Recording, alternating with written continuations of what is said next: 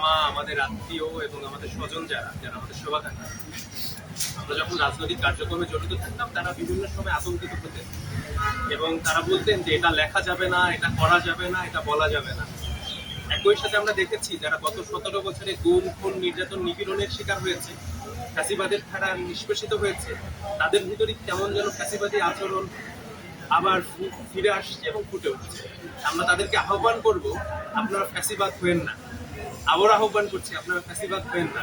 ফ্যাসিবাদের পতন যেভাবে হয়েছে আপনারা সেদিকে অগ্রগামী হচ্ছে। এই জলাবদ্ধতা এবং বৃষ্টির কারণে প্রায় 19,000-এরও বেশি শিক্ষার্থী অনুপস্থিত ছিলেন, এমনটা আগে কখনো আমরা দেখিনি। তো এই যে শিক্ষার্থীরা এবং এত বড় সংখ্যক শিক্ষার্থী পদার্থবিজ্ঞানের প্রথমে উপস্থিত থাকতে না পারায় তাদের জীবন থেকে একটা বছর তো চলে গেল।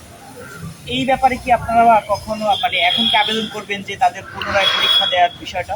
দেখুন, এই বিষয়ে আমরা আমাদের ফোরামে আলোচনা করেছি।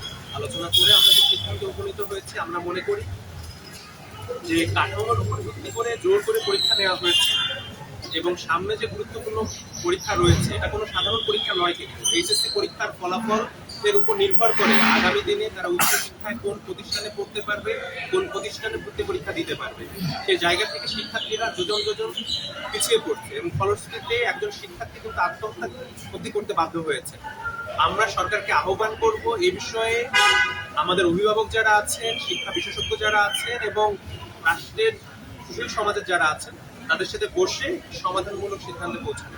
আমরা শিক্ষার্থীদের তরফ থেকে দাবি করছি পরীক্ষা পুনরায় নেওয়ার জন্য এবং তা না হলে, তা সম্ভব না হলে কি করণীয় সে বিষয়ে আমাদের যেসব স্টেক হোল্ডার আছে তাদের সাথে আলোচনা করে সিদ্ধান্ত করব। অনেকে বলছে যে রাজনৈতিক